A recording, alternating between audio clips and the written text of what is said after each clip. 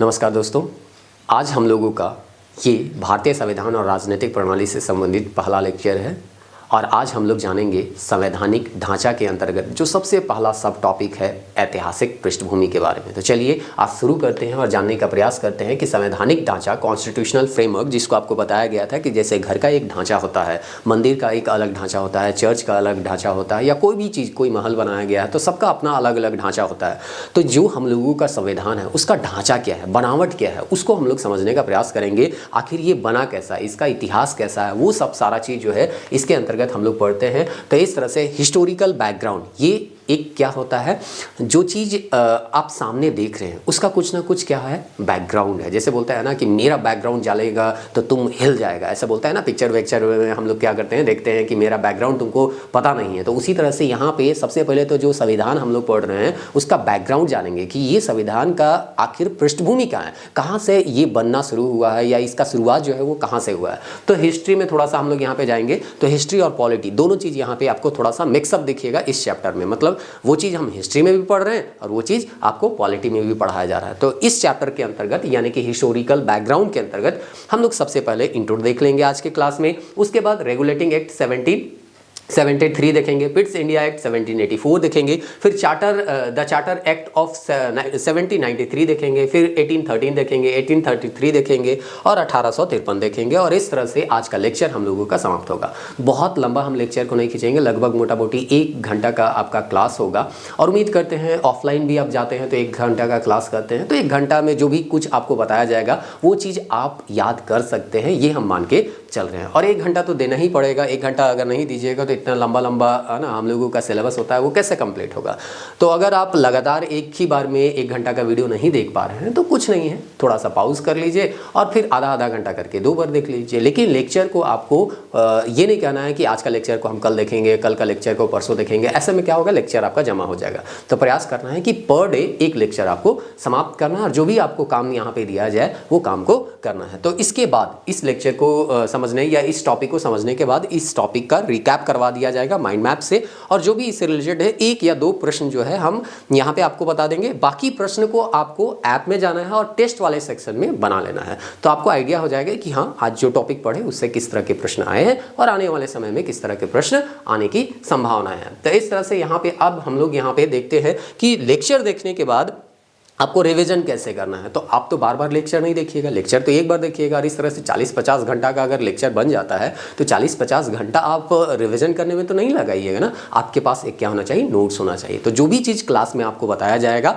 वो सारा चीज़ इस नोट्स में आपको मिल जाएगा, जो कि नोट्स वाले सेक्शन में आपको ऐप में जाइएगा तो एक सेक्शन नोट्स का है, तो आपको उसमें पीपीटी भी मिल जाएगा जिसमें आज का क्लास का यानी लेक्चर 1 का वहाँ लिखा हुआ होगा, लेक्चर 1 का पीपीटी, वहाँ लेक्चर 1 का पीपीटी मिल जाएगा। और आज चूंकि हम लोग यहाँ पे फर्स्ट चैप्टर पढ़ रहे हैं तो फर्स्ट चैप्टर जो है वहाँ उसका पीडीएफ मिल जाएगा। तो फर्स्ट चैप्टर को आप वहाँ से जाके क्या कर सकते हैं, पढ़ सकते हैं। फर्स्ट चैप्टर में भी ये 2 पेज जो है आज हम लोग यहाँ पे पढ़ने वाले हैं। तो इस लेक्चर के बाद उस नोट्स को आप एक्सेस कीजिए और जाके उस 2 पेज से अपना रिविजन कर लीजिए, यानी कि आपको लाइन बाय लाइन पढ़ना भी। हम बोले हैं खुद से भी आप जब तक मेहनत नहीं कीजिएगा तब तक जो है रिजल्ट आपको देखने को नहीं मिलेगा। आधा मेहनत हम कर रहे हैं, आधा मेहनत आप कीजिएगा। आधा मेहनत क्या, आधा से ज़्यादा मेहनत हम कर दे रहे हैं। आपको बस 10 से 20% मेहनत करना है। जो भी चीज़ आपको बताया जाए उसको आपको रिवीजन करते रहना है और क्वेश्चन को बनाते रहना है, और कुछ नहीं करना है। तो चलिए हम लोग देखते हैं संवैधानिक ढांचा फ्रेमवर्क के अंतर्गत सबसे पहला टॉपिक हिस्टोरिकल बैकग्राउंड, ऐतिहासिक पृष्ठभूमि। तो जैसा कि कहा गया है ये जो पृष्ठभूमि है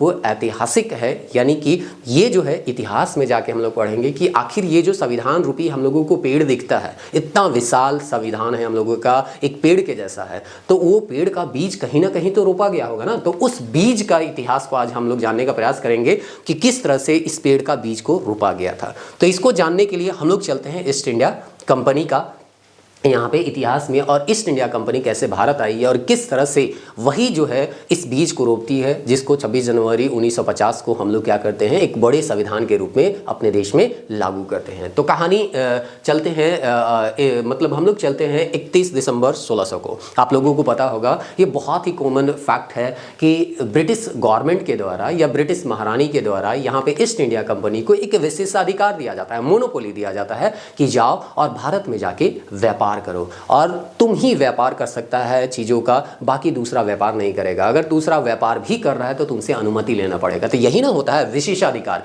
कि किसी को आप किसी चीज़ का क्या कर देते हैं, विशेषाधिकार देते हैं, मोनोपोली देते हैं। मतलब आप समझ लीजिए कि एक जियो कंपनी है, अब इसको कहा जाएगा कि 5G चलाने का अधिकार केवल और केवल तुम्हारा है, बाकी दूसरे कोई भी टेलीकॉम कंपनी जो है वो 5G का सर्विस नहीं दे सकते हैं। तो जियो क्या करेगा, वो एरोगेंस में जैसे अभी आ रहा है वैसे और ज़्यादा एरोगेंस में आ सकता है। तो इस तरह से ईस्ट इंडिया कंपनी एक कंपनी है, मान के चलिए जियो जैसा कंपनी होता है ना, उसी तरह से ईस्ट इंडिया एक क्या थी, कंपनी थी, और इसको व्यापार करना था और व्यापार से प्रॉफिट कमाना था, और इसीलिए ये भारत यहाँ पे आई थी, और इसको विशेषाधिकार मिला था, यानी मोनोपोली मिला था, किससे, ब्रिटिश गवर्नमेंट से, या वहाँ का जो सम्राट है, महारानी है जिसको हम लोग बोल रहे हैं विक्टोरिया, है ना, महारानी एलिजाबेथ जो है, उससे उनको क्या मिला था, अधिकार मिला था। तो ये विशेषाधिकार लेके ये भारत आते हैं और भारत व्यापार करने के लिए आते हैं। लेकिन हम लोग जानते हैं ये व्यापार कम और यहाँ के राजनीति में इंटरफेयर जो है वो बहुत ज़्यादा करने लग जाते हैं समय के साथ। मतलब व्यापार करने आए थे यहाँ पे मसाला उसाला का व्यापार करेंगे और कुछ प्रॉफिट कमाएंगे,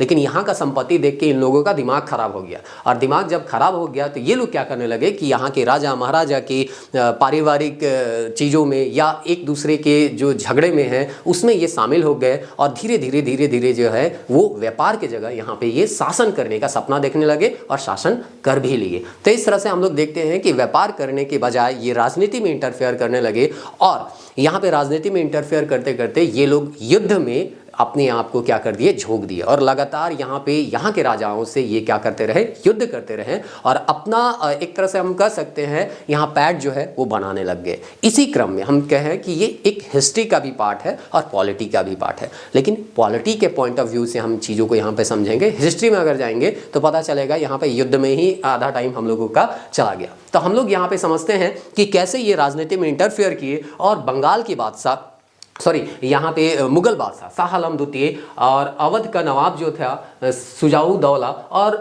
जो बंगाल का नवाब था मीर कासिम, ये तीन उस समय सबसे बड़ा राजा थे या सबसे बड़े राजा थे। इनसे उलझ जाते हैं अंग्रेज। मतलब आप समझ लीजिए कि ये जो है आपका ये जो है आपके कहाँ है, मुगल बादशाह, यानी कि पूरा दिल्ली का एरिया हो जाएगा। ये है आपका अवध का नवाब हो जाएगा, ये जो है अवध का नवाब है, और ये जो है आपका बंगाल का नवाब है। तो आप समझ लीजिए अवध मतलब आपका क्या हो गया, यूपी हो गया। तो दिल्ली, यूपी और बंगाल, पूरा जो एरिया है उत्तर भारत का, उसका लगभग आधा पोर्शन जो है ये इन लोगों के अधीन था। और इन लोगों का जो युद्ध हो जाता है, या एक तरह से हम कह सकते हैं जो टकराव होता है, वो किससे होता है, अंग्रेज लोगों से होता है। और इस युद्ध में या टकराव में सबसे मुख्य नेतृत्व जो निभा रहे थे वो निभा रहे थे हेक्टर मुनरो। और उम्मीद करते हैं इस युद्ध के बारे में आप जान रहे होंगे। इस युद्ध को हम बक्सर के युद्ध के नाम से जानते हैं, जो कि 22 अक्टूबर 1764 को हुआ था। तो कुल मिला के यहाँ पे हम जान रहे हैं क्या, कि ये लोग आए थे व्यापार करने। एकदम कहानी के जैसे चीज़ों को समझने का प्रयास कीजिएगा तो बहुत ही आसानी से चीज़ें आपको समझ में आएगी। और एकदम बोरिंग टाइप से सोचिएगा कि ये सब फैक्ट को हमको रटना है, ये करना है,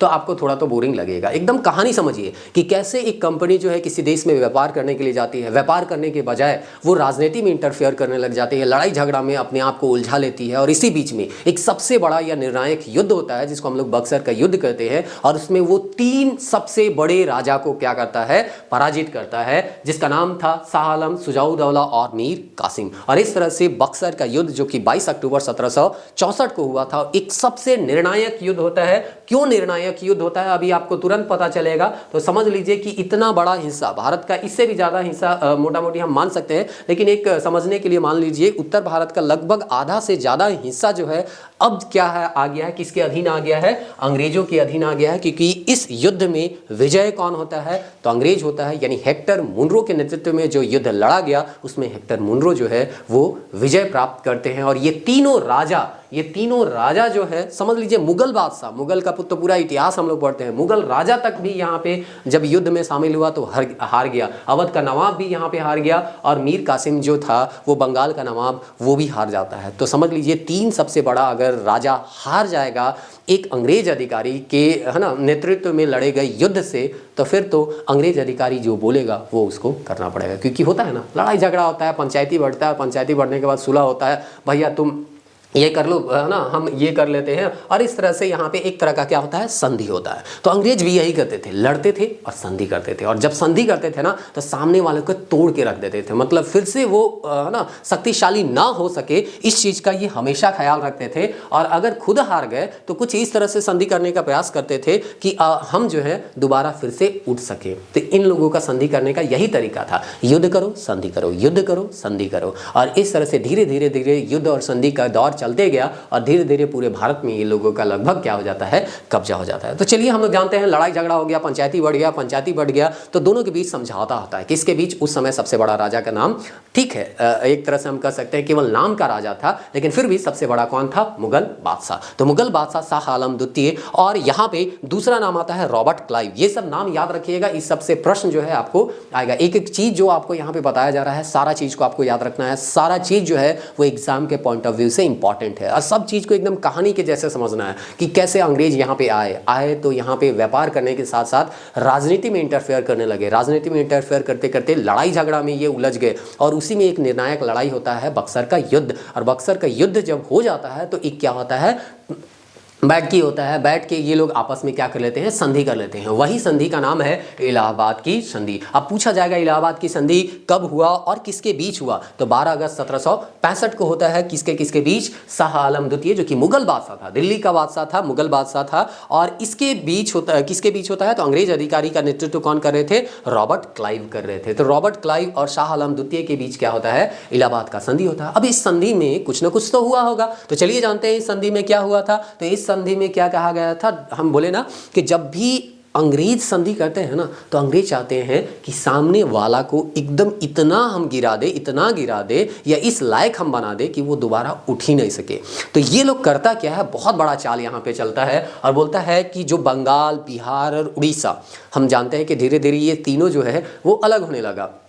आपका 12 में अलग हो गया बिहार उड़ीसा, फिर उड़ीसा जो है 36 में अलग हो गया। तो उस समय जो है ये लोग संयुक्त रूप से थे। तो बंगाल, बिहार और उड़ीसा का जो दीवानी अधिकार है वो दीवानी अधिकार किसको दे दिया गया? तो यहाँ पे अंग्रेज को दे दिया गया। अब दीवानी अधिकार मतलब क्या हो गया? तो यहाँ पे हम लोग जानते हैं दीवानी अधिकार में दो तरह का सबसे ज़्यादा यहाँ पे शुल्क लिया जाता था। सबसे पहले यहाँ पे है भूमि का शुल्क, यानी कि जो आप यहाँ टैक्स देते थे, ज़मीन का जो टैक्स देते थे, अब वो ज़मीन का टैक्स कौन लेगा?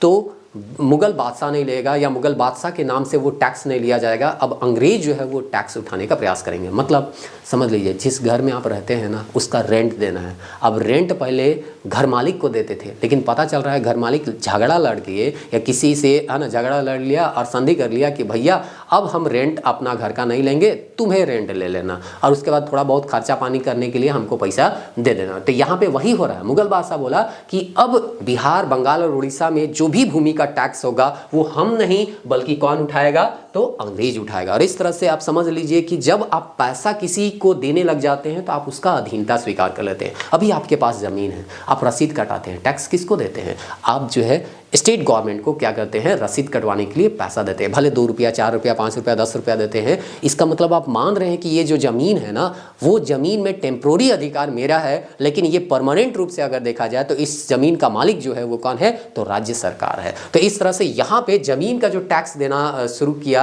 या टैक्स लेना जो शुरू किया वो कौन करता है? रॉबर्ट क्लाइव करता है। और जो सीमा शुल्क होता था कि किसी के राज्य में आप क्या कर रहे हैं, जा रहे हैं, तो वहाँ पे प्रवेश करके आप क्या करते हैं? आप कुछ व्यापार करते हैं, तो सीमा शुल्क जो है वो देना पड़ता है। तो यहाँ पे सीमा शुल्क भी अब कौन लेगा? तो रॉबर्ट क्लाइव यानी कि अंग्रेज के अधिकारी लेंगे। तो इस तरह से समझ लीजिए, जो पैसा जहाँ से इनकम होता था ना उसी चीज़ को ये लोग छीन लिए। तो हम वही ना बोल रहे थे कि सामने वाले को ये लोग इतना कमज़ोर कर देते हैं कि दोबारा उठ ही ना सके। तो अगर पैसा ही नहीं रहेगा किसी के सामने या किसी के पास तो वो लोग कुछ कर पाएगा? कुछ नहीं कर पाएगा। तो जहाँ से इनकम का स्रोत था उस इनकम का स्रोत को ही ये क्या कर देता है? बंद कर देता है रॉबर्ट क्लाइव इलाहाबाद की संधि में। अब इलाहाबाद की संधि में, है ना, ये जो तो बोल दिया कि दीवानी अधिकार हमको क्या हो जाए, हमको क्या कर दो, दे दो। और इस तरह से दीवानी अधिकार अधिकार इसको मिल भी गया, लेकिन क्या इसको कुछ नहीं मिला? ये लोग मुफ्त में दे दिया? तो मुफ्त में नहीं दिया, नाम का बादशाह था, इसीलिए यहाँ पे इसको 26 लाख रुपया वार्षिक देने का बात हुआ। मतलब राजा को बोला भैया तुम अपना है ना कुर्सी में बैठे रहो, लाल किला के अंदर बैठे रहो, तुमको कोई टेंशन नहीं लेना है, जहाँ से टैक्स उठाना है हम टैक्स उठाएंगे, तुमको 26 लाख रुपया वार्षिक देंगे, बाकी जितना एक्स्ट्रा इनकम होगा मेरा इनकम होगा। आप समझ लीजिए अंग्रेजों को मिनिमम इतना पैसा किसको देना है? ये मुगल बादशाह को। और ऐसा नहीं केवल इसी को देना है, अगर आप डिटेल वाइज किताब में पढ़िएगा, देखिए बहुत सारा फैक्ट जो है वो हम बताना चाहे भी तो यहाँ पे एक छोटे से लेक्चर में नहीं बता सकते हैं, थोड़ा बहुत आपको खुद से पढ़ना ही होगा। अगर आप देखिएगा तो किताब में हम लोगों को पढ़ने को मिलता है कि जो बंगाल का नवाब था, ये तो मुगल बादशाह था, बंगाल का नवाब को भी शुरुआत में बोला गया था कि इससे भी ज़्यादा 53 लाख रुपया देने का बात हुआ था, फिर बाद में घटा के 32 लाख रुपया हो गया। कहने का मतलब है अलग अलग जो नवाब है, राजा है, इन लोगों को ये एक फिक्स अमाउंट दे दिए, और बाकी इन लोगों का कहना था कि जो भी रेस्ट अमाउंट हम लोगों का एक्स्ट्रा होगा वो सब का सब किसका होगा? हमारा होगा। मतलब आप समझिए ठेका दे दिया, जैसे होता है ना ठेका देना ना, कि जाओ 26 लाख रुपया हमको यहाँ से दे देना, बाकी जितना प्रॉफिट होगा इसके अलावा जो भी पैसा होगा सब पैसा किसका होगा? तुम्हारा होगा। और इस तरह से अंग्रेज जो है यहाँ पे लूट की प्रक्रिया यहाँ पे क्या करने वाले हैं? शुरू करने वाले हैं। क्यों? क्योंकि एक फिक्स अमाउंट किसी को देना है, और अगर उस फिक्स्ड अमाउंट से ज़्यादा अमाउंट का हमारा कमाई नहीं होगा तो फिर अंग्रेज जो है कंपनी है वो कहाँ जाएगी? लॉस में जाएगी। इसीलिए ये लोग जो है अब क्या करेंगे? लूट का दौर चलाएंगे। तो इस तरह से यहाँ पे अब 2 अधिकारी हो गए, या काम जो है वो 2 भागों में बढ़ गया, और इसी को हम लोग बोलते हैं दोहरी प्रणाली या डायरकी के नाम से क्या करते हैं? जानते हैं। एक जो हो गया वो दीवान बन गया, और एक जो हो गया जिसको नाजिम या एडमिनिस्ट्रेटर जिसको बोलते हैं ना, एडमिनिस्ट्रेटिव प्रशासक के तौर पे हम कर सकते हैं। ये तो शासन करने का जिम्मेदारी मिल गया किसको? बादशाह को, नवाब को मिल गया। और दीवान जो है यानी कि पैसा कौड़ी से लेना देना जो भी काम धाम होगा वो कौन करेगा? अंग्रेज। मतलब आप समझ लीजिए हमको क्या करना है? पूरे प्रशासन को देखना है, और पैसा मेरे पास आ ही नहीं रहा है, तो ये क्या प्रशासन को देखेगा? खाली नाम के लिए एडमिनिस्ट्रेटर यहाँ पे बन गया है, पूरा कंट्रोल तो अब किसका होगा? अंग्रेज का। क्यों? क्योंकि सारा पैसा किसके पास है? तो अंग्रेज के पास है, क्योंकि इनकम का सारा सोर्स को ये क्या कर चुका है? छीन चुका है। आप भूमि कर नहीं दीजिएगा, तो उस समय का मुख्य जो टैक्स का फॉर्म था वो क्या था? भूमि कर ही था, सीमा शुल्क था, इस तरह से और भी बहुत सारे कुछ शुल्क थे जिसमें ये मुख्य रूप से था। तो आपको याद करना है कि डायरकी या दोहरी प्रणाली कब शुरू होता है? तो 1765 में इलाहाबाद की संधि के बाद। और इसी दोहरी प्रणाली को आगे जाइएगा रेगुलेटिंग एक्ट जब आएगा तो इसको क्या कर दिया जाता है? समाप्त कर दिया जाता है। उम्मीद करते हैं चीज़ें आपको समझ में आ रही होगी। हम फिर से यहाँ पे रिपीट कर रहे हैं, अंग्रेज जो है या ब्रिटिश गवर्नमेंट से अनुमति लेके ईस्ट इंडिया कंपनी भारत आती है, व्यापार करने की जगह वो लोग राजनीतिक इंटरफेयर करने लग जाती है।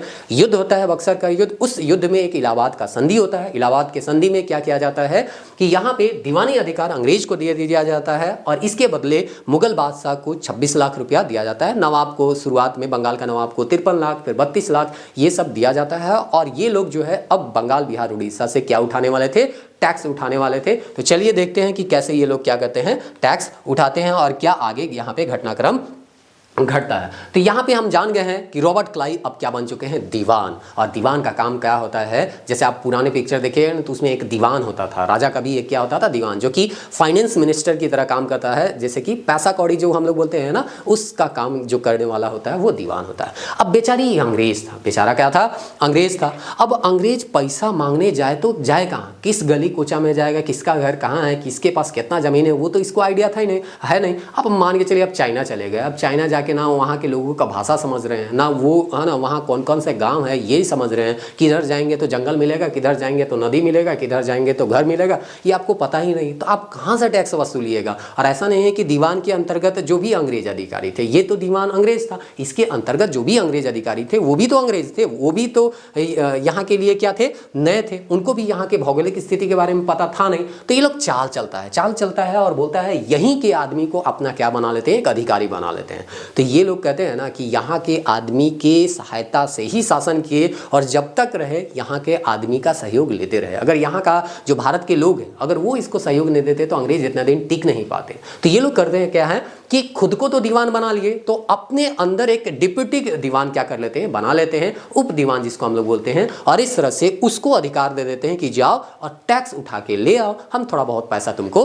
दे देंगे। जैसे होता है ना कि आपको कुछ काम मिला तो आप ही डायरेक्ट काम करने के लिए थोड़ी चल जाते हैं, आप आप 2-4 को आदमी रखते हैं, बोलते हैं कि जाओ पैसा लेके आना, उसको थोड़ा बहुत वेतन दे देते हैं। तो बस यहाँ पे भी वही होता है। रॉबर्ट क्लाइव बोलता है कि भैया राजा सितबराय तुम्हारा काम क्या है कि बिहार में जितने जमींदार हैं सबको पकड़ो और वहाँ से टैक्स लेना क्या करो, शुरू करो। मतलब जितना ज़मीन है हमको भूमि कर चाहिए, जितना ज़्यादा से ज़्यादा पैसा ला सकते हो लाओ। और इन लोग को लूटने का पूरा क्या दे दिया गया, अधिकार दे दिया। तो आपको याद रखना है कि उप दीवान के रूप में रॉबर्ट क्लाइव जो है वो किसको चुनता है, तो राजा सितबराय को। और बंगाल में है ना किसको दिया जाता है ये अधिकार, मोहम्मद रजा खां को। तो इस तरह से यहाँ पे ये जो होता है आगे काम बढ़ता है कि दीवान बाबू जो है वो किसको है ना अधिकार दे देते हैं, तो इन दोनों को क्या कर देते हैं, अधिकार दे देते हैं। चलिए अब रॉबर्ट क्लाइव जी को तो इन दोनों से क्या मिलने वाला है, पैसा मिलने वाला है। और लगभग कितने बड़े एरिया से मिलने वाला है, ये बंगाल, बिहार, उड़ीसा जो है ना, वो जो है इस एरिया के अंतर्गत जितना भी भूमि के मालिक थे वो लोग इसको क्या करने वाले हैं, पैसा देने वाले हैं। अब पैसा कहीं से ये लोग बोल रहे हैं 26 लाख देंगे, उसको 53 लाख देंगे, तो इनकम का स्रोत होगा तब तो ये लोग संधि दिमाग सोच उच के लगाया होगा और बोला होगा कि इतना पैसा तुमको देंगे। तो यहाँ किताब अगर पढ़िएगा तो पता चलता है कि अनुमान लगाया गया था कि लगभग यहाँ पे 40 लाख पाउंड की क्या था, आय का अनुमान लगाया गया था कि अगर इस क्षेत्र से हम पैसा का या टैक्स का उगाही करें तो हमको 40 लाख पाउंड का क्या होगा, इनकम होगा। और इसीलिए तो ये लोग 26 लाख रुपया देने का क्या किया गया था, बात किया था किसको, बंगाल का दिल्ली का मुगल बादशाह को। तो इस तरह से यहाँ पे इन लोगों को पूरा लूट का क्या दिया गया, एकदम बोला गया कि जहाँ तुमको जमींदार दिखे लूटो, है ना, हमको पैसा से मतलब है, किसान मरे अकाल आए से कोई लेना देना हम लोगों को नहीं। इसीलिए कहता है ना कि लूट का जो दौर चलता है ना वो 1765 के बाद हम लोगों को देखने को मिलता है कि कैसे ये लोग एकदम निर्दयी होकर किसानों के ऊपर अत्याचार कर रहे थे। जमींदार भी इससे क्या हो चुके थे, त्रस्त हो चुके थे। बहुत सारा अलग अलग कानून आता है जैसा कि आप लोग अगर इतिहास पढ़ेंगे तो सुनेंगे स्थायी बंदोबस्ती या सूर्य अस्त का नियम हम लोग कहते हैं। अगर जमींदार जो है एक फिक्स टाइम में पैसा नहीं पहुंचाता है तो उसका जमीन जो है वो नीलाम कर दिया जाता था। तो इस तरह से सबको ही को ये लोग परेशान करते हैं, किसान को भी परेशान करते हैं, जमींदार को भी परेशान करते हैं। इसलिए तो यहाँ पे हम लोगों को बहुत सारा विद्रोह जो है वो देखने को मिलता है। झारखंड में भी आप देखिए ये लोगों को क्या हुआ था, बोला गया था ना कि ज़्यादा से ज़्यादा जो भी जमींदार अंग्रेजों के अधीन नहीं है उसको टैक्स नहीं दे रहा, उसको पकड़ो और अंग्रेज के अधीन करो। और इसीलिए आप देखिएगा कि झारखंड में भी ये लोग प्रवेश करते हैं। और कब करते हैं, देखिए 65 में यहाँ पे क्या हुआ था, आपका 1765 जो है उसमें इन लोग का संधि हुआ था। और आप अगर इतिहास झारखंड का पढ़ेंगे तो आप पढ़े होंगे कि 22 मार्च 1767 यानी कि मोटा मोटी लगभग 2 साल के बाद झारखंड में अंग्रेजों का प्रवेश हो जाता है। और जैसे यहाँ पे अंग्रेजों का प्रवेश होगा धीरे धीरे यहाँ पे अंग्रेजों का विरोध भी होने लगेगा। तो क्यों ये लोग झारखंड में आए थे, ये लोग बंगाल, बिहार, उड़ीसा के वे सभी क्षेत्र पे कब्जा करना चाहते थे जिनमें इनका कब्जा नहीं था या जहाँ से इनको टैक्स नहीं मिल रहा था। क्योंकि जितना ज़्यादा जमीन में आपका कब्जा होगा उतना ज़्यादा आपको टैक्स मिलेगा, उतना ज़्यादा आपको इनकम होगा। और इन लोगों को तो फिक्स्ड इनकम देना है, आपका एक्स्ट्रा इनकम होगा, आपको फायदा ज़्यादा होगा। इसलिए इन लोगों को बोला गया था जहाँ घुसना है घुस जाओ, जिसको जैसा मारना है मारो, हमको कोई लेना देना नहीं, भैया हमको पैसा चाहिए, हमको इससे है ना कोई लेना देना नहीं है कि कोई परेशान है, भूखे मर रहा है, क्या कर रहा है, उससे कोई लेना देना नहीं है। अब यहाँ पे आगे हम लोग यहाँ पे देखते हैं कि ईस्ट इंडिया कंपनी जो है अब यहाँ पे लूट रही है। तो लूट रही है ना, तो आप किताब वगैरह पढ़िएगा तो पता चलता है कि ये सारा जानकारी जो है वो लंदन में भी जा रहा था, ब्रिटेन में जा रहा था। आप समझिए कि जियो कंपनी चाइना में गई है और वहाँ पे एकदम पूरा धन कमा रही है, लूट रही है। तो ये तो भारत सरकार को पता चलेगा ना। तो आप समझ लीजिए भारत सरकार को पता चलेगा तो यहाँ के सरकार के जो भी अधिकारी होंगे वो तो कहेंगे ना कि अब जियो कंपनी को हटाओ और वहाँ पर हम लोग क्या कर लेते हैं, अपना कब्जा कर लेते हैं, यानी कि डायरेक्ट ब्रिटिश गवर्नमेंट का वहाँ पर रूल चलाते हैं। तो ये चीज़ यहाँ पर भी कहा गया कि अब भारत में इतना संपत्ति आ रहा है तो क्यों एक कंपनी को हम यहाँ पे अधिकार दें, हम खुद क्यों ना शासन करें। तब यहाँ पे कहा गया कि कंपनी सरकार को लोभ देती है। लोभ क्या देती है, बोलती है कि हम आपको 4 लाख पाउंड वार्षिक देंगे। मतलब आप समझ लीजिए जहाँ 40 लाख का इनकम हो रहा है वो 4 लाख अगर फिक्स अमाउंट बिना किसी परेशानी का अगर मिल रहा है तो क्या दिक्कत है। तो फिर ब्रिटिश गवर्नमेंट जो है वो चुप हो जाता है और इस तरह से इनको विशेषाधिकार जो है और दे दिया जाता है कि जाओ और तुम जो है वहाँ पे शासन करते रहो, हम जो है अपना जो रूल है वहाँ पे नहीं चलाएंगे। और ना केवल ब्रिटिश गवर्नमेंट को ये क्या करती है, पैसा देती है, बल्कि यहाँ पे इनके जो शेयर धारक है, कंपनी है तो कंपनी में पैसा लगाने वाला तो शेयर धारक लोग होगा ना, तो शेयर धारक जो है उसका लाभांश को ये क्या कर देता है, यानी कि प्रॉफिट को बढ़ा देता है कि जो भी हम इनकम करेंगे लगभग उसमें लाभांश आपको कितना देंगे, पहले 6.25% देता था, अब कितना दिया 12.250। कहने का मतलब सीधे दोगुना, प्रॉफिट को सीधे दोगुना कर दिया गया। जो भी कंपनी के शेयर धारक थे उनका प्रॉफिट दोगुना कर दिया गया। अंग्रेज अधिकारी को यहाँ पे जो ब्रिटिश गवर्नमेंट को ये लोग जो है कंपनी, ये जो कंपनी है वो कितना लाख पाउंड देने का वादा करती है, 4 लाख पाउंड। तो समझ रहे हैं ना ये कंपनी कितना ज़्यादा भारत को लूटने वाली थी कि ये जो है इतना इतना पैसा जो है वो अपने देश में देने का वादा कर रही थी। तो चलिए देखते हैं कि इसका है ना लूटने का किस तरह से प्रक्रिया था और आगे क्या होता है और कैसे रेगुलेटिंग एक्ट आता है। हम लोग पृष्ठभूमि समझने में फिर से हम रिपीट कर रहे हैं कि यहाँ पे अंग्रेज आए थे व्यापार करने के लिए। व्यापार करते करते ये राजनीति में इंटरफेयर करते हैं, झगड़ा होता है और युद्ध में यहाँ पे ये 3 सबसे बड़ा राजा को क्या करते हैं, पराजित करते हैं बक्सर का युद्ध में। फिर इनको दीवानी अधिकार मिलता है। दीवानी अधिकार के अंतर्गत बंगाल, बिहार, उड़ीसा का टैक्स वसूलने का अधिकार जो है इनको मिल जाता है। और इन लोगों का मुख्य उद्देश्य था हर जगह कब्जा करो, वहां से पैसा उठाओ और पैसा उठा के अपना जो थैला है उसको भरते जाओ और कुछ कुछ जहाँ पे हो सकता है आपका विरोध हो वहाँ पे थोड़ा थोड़ा पैसा देते जाओ। चाहे वो मुगल बादशाह को दो, चाहे वो बंगाल का नवाब को दो। 53 लाख अभी बताया गया है ना, 53 लाख या 32 लाख बाद में घटाया गया था, वो पैसा आपको देना था। फिर वहाँ पे ब्रिटिश गवर्नमेंट को देना था 4 लाख पाउंड। उसके बाद अपना जो शेयर धारक थे उसका भी दोगुना कर दिया, यानी 12.5% जो है वो प्रॉफिट देने का यहाँ पे बात किया गया। ये सब जो लूट चल रहा था ना उसको उस समय के जो समकालीन साहित्य हैं उसमें उल्लेख भी किया गया था, जिसमें एक का एग्जाम्पल मिलता है सियार उल मुत्खरीन। ये सब आपको पूछा भी जाएगा, ये सब किताब जो है वो कहाँ है। तो इस गुलाम हुसैन खान करके एक उस समय के समकालीन लेखक जो थे वो लिखे थे सियार उल मुत्खरीन में, जिसमें 1857 की जो 1757 का जो प्लासी का युद्ध था ना उसके बारे में बहुत डिटेल वाइज यहाँ समझाया गया और उसी में बताया गया कि कैसे 1757 फिर बक्सर युद्ध, फिर इलाहाबाद की संधि के बाद अंग्रेजों का लूट जो है यहाँ अब बढ़ गया था। इतना ज़्यादा ये लोग अत्याचार कर रहे थे कि लग ही नहीं रहा था कि ये लोग मनुष्य हैं, क्योंकि मनुष्य एक दूसरे मनुष्य के ऊपर इतना अत्याचार कैसे कर सकता है। तो वही चीज़ को ये लिखते हैं, जनता के हितों की पूर्णतया ये क्या किया गया, अनदेखी किया गया कि यहाँ पे है ना उसको देख ही नहीं रहा है कि आखिर जो है जनता का क्या यहाँ पे आवश्यकता है नहीं है। बस है ना जनता को किया जा रहा था, लूटा जा रहा था। कंपनी अपने अधिकारियों को प्रजा पर अनंत अत्याचार करने की अनुमति दे दी। तो अब समझिए उस समय के सिचुएशन को। हम आपको केवल फैक्ट नहीं हम बताए हैं, कॉन्सेप्ट से आपको फैक्ट मिले जाएंगे और आप पूरे लेक्चर को देखिएगा तो आपको पता भी चलेगा। लास्ट में आपको फैक्ट भी दिया जाएगा, लेकिन कॉन्सेप्ट से समझिएगा तो फैक्ट अपने आप याद हो जाएगा कि कैसे। अब इसको आप रट रहे हैं सियार उल मुत्खरीन जो है, गुलाम हुसैन खान है, तो ये सबका थोड़ा सा यूज जान लीजिए कि क्या दिया हुआ था, तो धीरे धीरे ये फैक्ट भी आपको याद हो जाएगा कि यहाँ पे कैसे बताया गया था कि यहाँ पे अंग्रेज अधिकारी आए और कैसे यहाँ के लोगों को क्या कर रहे थे, लूट रहे थे और उन सब के ऊपर इतना ज़्यादा अत्याचार कर रहे थे है ना कि कहना नहीं। इसका है ना इस तरह का अत्याचार जो है इतिहास में कभी देखा नहीं गया था। अब सामान्य कंडीशन में तो किसी को आप मारिए काटिए है ना, कोई बहुत ज़्यादा न्यूज़ नहीं बनता है, लेकिन जब आदमी परेशानी है, मान के चलिए एक बीमार आदमी को जाके आप मार रहे हैं तो उसका तो चर्चा पूरा दुनिया में होगा। तो इसी तरह से कहा जाता है भारतीय इतिहास में या लिखित इतिहास में अगर देखा जाए तो 1770 में बंगाल में जो अकाल आया वो सबसे बड़ा अकाल माना जाता है, सबसे बड़ा अकाल माना जाता है 1770 का। तो इस तरह से कहा जाता है लिखित इतिहास में अगर देखा जाए, लिखित इतिहास में देखा जाए तो 1770 का जो बंगाल का ये जो था जिसको फेमाइन हम लोग कर रहे हैं, तो वो जो अकाल था, अकाल बोल रहे हैं ना, कभी कभी भूल जाते हैं वर्ड, तो अकाल जो है वो आया था, वो बहुत बुरा स्थिति में वहाँ पे लोगों को पहुँचा दिया था। लोग जो है भूखे मर रहे थे। अब समझ लीजिए इस बुरे कंडीशन में कंपनी यहाँ से इतना धन कमा रही है तो थोड़ा बहुत तो आदमी का सहायता करना है ना। अब जैसे कि कोरोना आया था तो सरकार ये तो नहीं बोली ना कि जाओ तुम लोग कमाने नहीं सक रहा है तो हम तुमको खाने के लिए कोई व्यवस्था नहीं करेंगे, अपना नहीं कमाया तो तुम अपने भूखे मर जाओ।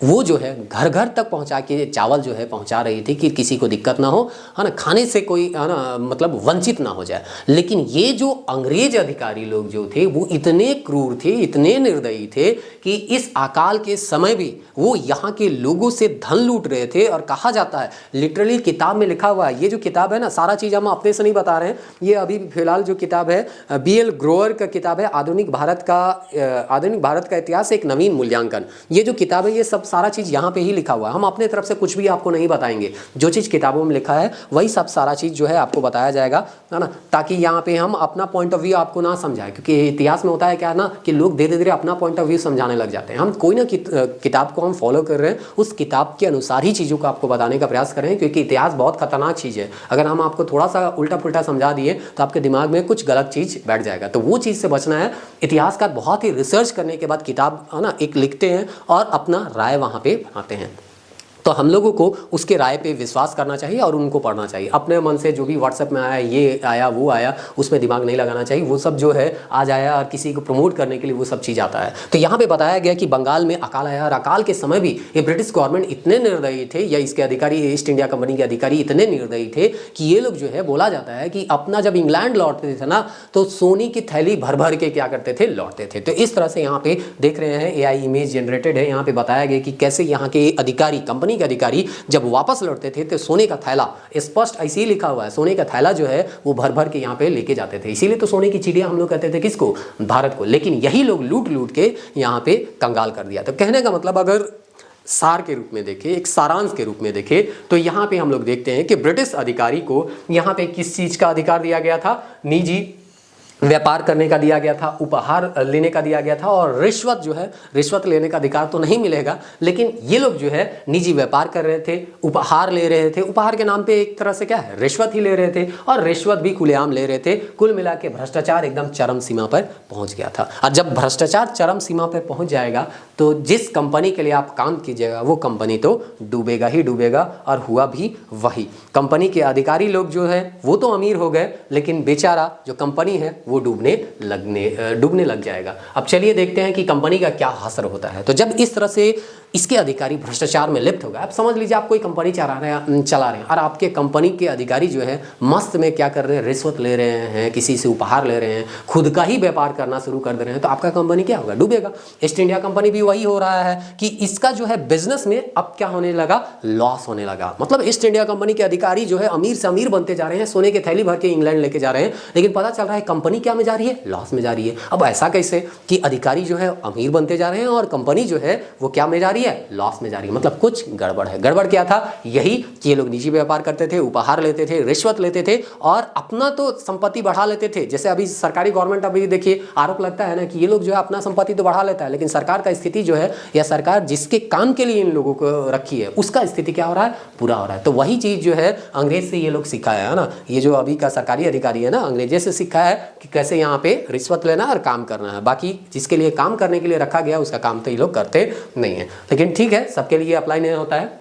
अब यहाँ कंपनी का क्या स्थिति हो गया, अब जान रहे हैं अधिकारी जो है अपना निजी व्यापार कर रहे हैं, उपहार ले रहे हैं, रिश्वत ले रहे हैं। अब कंपनी का अब समय के साथ तो स्थिति खराब होगा ही होगा। तो यहाँ पे दिया गया है कंपनी 4 लाख जो वार्षिक अंग्रेज सरकार को देना था, उससे अब क्या करती है, बोलती है छूट मांगती है। अब हम बोले थे ना 40 लाख पाउंड का इनकम का बात हुआ था कि यहाँ से इनकम होगा जब यहाँ पे दीवानी अधिकार मिला था। इसीलिए ब्रिटिश गवर्नमेंट चाह रही थी कि हम कहाँ पे कब्जा कर ले, भारत पे। लेकिन बोला कि नहीं, हम तुमको कितना देते हैं, 4 लाख पाउंड देते हैं भैया, तुम वहीं भी रहो, शासन हमको करने दो यहाँ पे। और इस तरह से 4 लाख पाउंड उसको देने का बात हुआ था। लेकिन समय के साथ इन लोगों का लॉस होते गया। कंपनी के अधिकारी लोग जो है अपना पैसा कमाने लगे, कंपनी लॉस में गई और बोलती है कि भैया, ब्रिटिश गवर्नमेंट बोलती है भैया हमारी जगह पैसा ना खाओ, हम 4 लाख नहीं देवे पारबो। और इस तरी यहाँ पे 4 लाख पाउंड जो वार्षिक दिया जा रहा था किसको, अंग्रेज सरकार को, अब इससे ये छूट मानने लगे। मतलब अब धीरे धीरे सभी लोगों को पता चल गया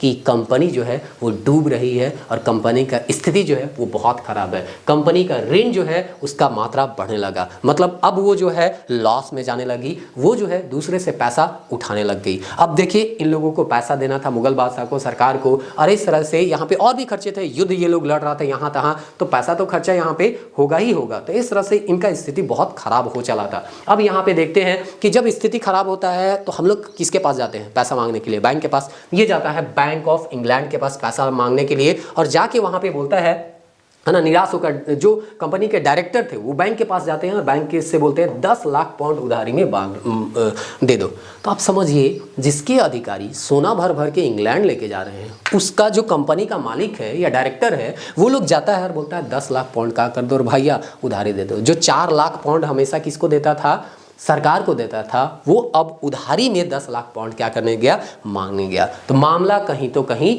गड़बड़ था। और डूबते हुए कंपनी को कोई पैसा नहीं देता, या डूबते हुए इंसान को कहते हैं ना, कोई भी उधारी में पैसा नहीं देता, क्योंकि लगता है कि इसको पैसा देंगे ये डुबा देगा, मेरा भी पैसा जाएगा और अपना तो कंपनी ये डुबाएगा ही डुबाएगा। तो कहते हैं ना, गिरते हुए इंसान को बहुत कम लोग जो है वो सहायता करते हैं, और नहीं तो शर्तों के साथ सहायता करते हैं कि भैया तेरा कंपनी डूब रहा, हम पैसा देंगे, तो हमारा कुछ शर्त है, मानना पड़ेगा तब पैसा देंगे। तो यहाँ पे ही होता है, बैंक ऑफ इंग्लैंड जो है वो ब्रिटिश गवर्नमेंट से अनुमति मांगता है, प्रार्थना पत्र भेज दिया जाता है कि हम इसको दे कि नहीं है। तो ब्रिटिश गवर्नमेंट में जितने भी अधिकारी थे वो लोग जो है कहते हैं एक कमेटी बनाओ और यहाँ पे पता करो कि कंपनी क्यों लॉस में जा रही है। अगर अधिकारी इतने कमा रहे हैं तो कंपनी को तो प्रॉफिट कमाना चाहिए था ना, लॉस क्यों में जा रही है। और इस तरह से एक कमेटी बनाया जाता है ब्रिटिश गवर्नमेंट के द्वारा, और ब्रिटिश गवर्नमेंट का वो जो कमेटी है यहाँ पे क्या करेगा, रिकमेंडेशन करेगा, और उसके आधार पर ब्रिटिश संसद में कहा जाता है 2 अधिनियम पारित किए जाते हैं। 2 अधिनियम क्या पारित किए जाते हैं, तो पहला अधिनियम जो है वो पारित किया जाता है कि पैसा, पहले तो पैसा मांगने गया था ना, तो यहाँ पे इन लोगों को मिलता है 14 लाख पाउंड मिलता है। लेकिन फिर भी यहाँ कुछ शर्तों के साथ ये भी लिखा हुआ है, मतलब बिना शर्त के हम पैसा देने वाले नहीं है। भैया इतना इतना पैसा हम तुमको देंगे, तुम जाके डुबा देगा, हमारा पैसा तो क्या हो जाएगा, डूब जाएगा, तुम तो डूबे करेगा, हमरो पैसा लेके डूब जाएगा। इसीलिए ये लोग जो है वो कुछ शर्तों के साथ ये 14 लाख पाउंड देने का बात करते हैं। और दूसरा जो अधिनियम था उसमें एक क्या किया गया, एक रेगुलेशन के लिए नियामक अधिनियम बनाया गया, यानी कि हम तुमको क्या करेंगे, रेगुलेट करेंगे, हम तुमको क्या करेंगे, रेगुलेट करेंगे। इसके लिए क्या बनाया गया, अधिनियम बनाया गया। तो कहने का मतलब है कि भैया तुम्हारा कंपनी है, डूब रहा है, तुमको हम पैसा देंगे, 14 लाख पाउंड लेके जाओ, लेकिन तुम्हारे कंपनी के अधिकारी का जो करतूत है ना, निजी व्यापार करना, उपहार लेना, रिश्वत लेना, इस सब कोई जान चुका है। और सब कोई जान चुका है तो हम तुम्हारे इस तरह के अधिकारी पे भरोसा नहीं करेंगे। अगर हम पैसा दे रहे हैं तो हम उसके ऊपर रेगुलेट करेंगे, तब पैसा देंगे, और नहीं तो भैया अपना चलते होना। तो कंपनी डूबता हुआ कंपनी था, बोला कि ठीक है रेगुलेट करना है तो करो रे भैया, लेकिन हमारा पैसा दो। और इस तरह इन लोगों को कितना पैसा मिल जाता है, तो 14 लाख पाउंड यहाँ पे पैसा मिल जाता है। अब चलिए यहाँ पे देखते हैं कि कैसे रेगुलेटिंग एक्ट का शुरुआत तो हो गया, अब रेगुलेटिंग एक्ट के अंतर्गत क्या क्या आता है। यहाँ तक आपको पृष्ठभूमि एक तरह से समझा दिए कि कैसे, फिर से हम रिपीट कर रहे हैं कि कैसे यहाँ अंग्रेज अधिकारी आए थे व्यापार करने के लिए। व्यापार करने के साथ साथ यहाँ पे राजनीति पे ये क्या करने लगे, इंटरफेयर करने लगे, लड़ाई झगड़ा में उलझ गए, और इस तरह से ये बक्सर का युद्ध करते हैं। और बक्सर के युद्ध के बाद इलाहाबाद का संधि होता है, इलाहाबाद के संधि के बाद दीवानी अधिकार मिलता है। दीवानी अधिकार मिलने के बाद ये लोग के इस कंपनी के जो अधिकारी थे वो भ्रष्टाचार में लिप्त हो जाते हैं। अधिकारी अमीर हो रहे थे, कंपनी डूब रहा था। लास्ट में कंपनी जो है वो ब्रिटिश गवर्नमेंट को क्या करती है, पैसा मांगती है 10 लाख पाउंड। 10 लाख पाउंड उसको दे कि नहीं दे, इंग्लैंड जो बैंक ऑफ इंग्लैंड पहले जाती है, तो इंग्लैंड जो बैंक ऑफ इंग्लैंड था वो ब्रिटिश गवर्नमेंट के पास भेज देता है। तो सांसद जो है वो क्या करता है, कमेटी बनाता है। कमेटी बना के है ना, रिकमेंडेशन मिलता है उस कमेटी से कि यहाँ पे इसको 2 अधिनियम पारित किया जाए उस कमेटी के रिकमेंडेशन के आधार पे। पहला तो बोला कि ठीक है 14 लाख पाउंड इसको क्या कर दो, दे दो, घटते बढ़ते रहता है ना। तो यहाँ पे 10 लाख मांगा था, बाद में और भी किया होगा, पैसा वाला चीज़ है तो बहुत सारा चीज़ जो है वहाँ पे होते रहता है। तो 14 लाख पाउंड इसको दिया गया और बोला गया कुछ शर्तों को आपको मानना पड़ेगा। सेकेंडली बोला गया कि हम आपके कंपनी के अधिकारी पे क्या करेंगे, रेगुलेट करेंगे। क्यों, क्योंकि अगर रेगुलेट नहीं करेंगे तो पता चलेगा कि आपका जो है ना कंपनी है ऐसे भी डूब रहा है और हमारा पैसा लेके भी क्या करेगा, डूब जाएगा। तो चलिए यहाँ पे अब यहाँ पे समझते हैं रेगुलेटिंग एक्ट के बारे में। तो यहाँ पे देखते हैं प्रशासनिक और राजनीतिक कार्यों के यहाँ पे क्या मिलता है, मान्यता मिल जाता है। कहने का मतलब कि अब रेगुलेटिंग एक्ट में रेगुलेट किया जाएगा और कंपनी के पीछे अब रिमोट कंट्रोल पकड़ के कौन खड़ा है, तो ब्रिटिश गवर्नमेंट खड़ा है। तो वो जो भी काम करेगा अब उसको क्या हो गया, मान्यता। मतलब जियो कंपनी, मुकेश अंबानी अब कुछ भी करे तो यहाँ पे मोदी का पीछे से सपोर्ट है, तो मुकेश अंबानी जो भी काम करे समझ लीजिए वहाँ पे उसको क्या हो गया, उसको राजनीतिक मान्यता मिल गया। क्यों, क्योंकि ब्रिटिश गवर्नमेंट उसके पीछे है। मतलब हम एग्जाम्पल के तौर पर आपको समझा रहे हैं मोदी और जियो के, ताकि आप समझ पाएं। तो इस तरह से केंद्रीय प्रशासन, सेंट्रल एडमिनिस्ट्रेशन की नींव रखेगी। एक सेंट्रल एडमिनिस्ट्रेशन बनाया गया जिससे हम लोग क्या कहते हैं, एडमिनिस्ट्रेशन चला सकते हैं। और बंगाल के गवर्नर को बनाया गया बंगाल का गवर्नर जनरल। अब नया चीज है तो नया है, एक अधिकारी का नाम रख दिया गया बंगाल का गवर्नर जनरल। और इसके नियंत्रण के लिए कोर्ट ऑफ डायरेक्टर्स बनाए गए, यानी कि बंगाल के गवर्नर जनरल और इसका है ना 4 और यहाँ पे सदस्य को क्या किया गया, रखा गया। तो इस तरह से कंपनी के नियंत्रण के लिए एक कोर्ट ऑफ डायरेक्टर्स बनाया गया ताकि हम जैसा करें वैसा ही ये लोग करें, या जो भी काम ये लोग कर रहा है उसका देखरेख हम लोग करें। और इसकी संख्या 24 थी, अवधि 4 वर्ष के लिए क्या किए जाते थे, चुने जाते थे। तो कंपनी कुछ भी करती थी तो उस पर नजर कौन रखता था, यही कोर्ट ऑफ डायरेक्टर्स। और कोर्ट ऑफ डायरेक्टर्स जो है सारा इंफॉर्मेशन देता था किसको, ब्रिटिश गवर्नमेंट को। तो इस तरह से यहाँ पे जो है बातें आगे चल रही थी। इस तरह से हम लोग देखते हैं कि बंगाल में वारेन हेस्टिंग थे और उनको अधिकार मिल गया था मुंबई और मद्रास के गवर्नर से। कहने का मतलब है ये लोग पहले स्वतंत्र था, बंगाल अलग था, मद्रास अलग था, मुंबई अलग था, लेकिन अब जो है पूरा अधिकार जो है या कुछ भी ये लोग कर रहा है तो किसको इन्फॉर्मेशन दे रहा है, तो वारेन हेस्टिंग को यहाँ पे दे रहा है। और ये 24 सदस्य क्या है, एक कोर्ट ऑफ डायरेक्टर्स है जिसका काम है कि कंपनी क्या क्या कर रही है उसका देखरेख करना। तो चलिए यहाँ पे अब हम लोग देखते हैं कि कैसे ये लोग जो है रिश्वत ले रहे थे। तो अब रेगुलेटिंग एक्ट आया तो रिश्वत लेना और निजी व्यापार करना वो तो क्या कर दिया, इन लोगों को है ना बंद कर दिया गया और वेतन बढ़ा दिए गए। कहा जाता है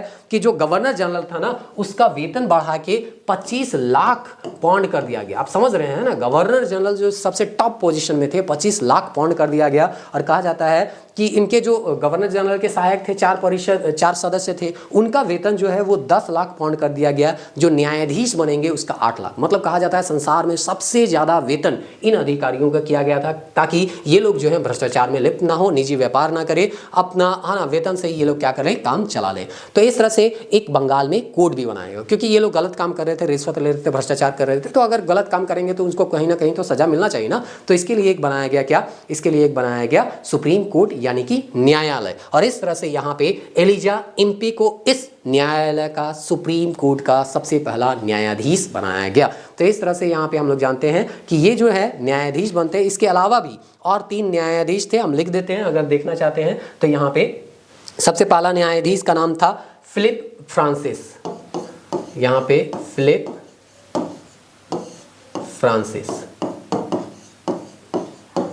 फ्रांसिस था। दूसरा न्यायाधीश अगर देखेंगे तो क्लेवरिंग है, क्लेवरिंग। यहाँ पे ये दूसरे न्यायाधीश का नाम था। और तीसरा का नाम था मॉनसन। ये तीसरा का नाम था मॉनसन, है ना। तो इस तरह से यहाँ पे अच्छा ये सॉरी ये जो है गवर्नर जनरल के पार्षद के नाम था, ये जज का नाम नहीं था, सॉरी माफ़ कीजिएगा, ये जज का नाम नहीं था, ये गवर्नर जनरल के परिषद के नाम था। यहाँ पे मुख्य न्यायाधीश जो है यहाँ पे छोटे न्यायाधीश के रूप में 2 नाम था, मुख्य न्यायाधीश तथा चैम्बर लिमेस्टर करके यहाँ पे दिया गया।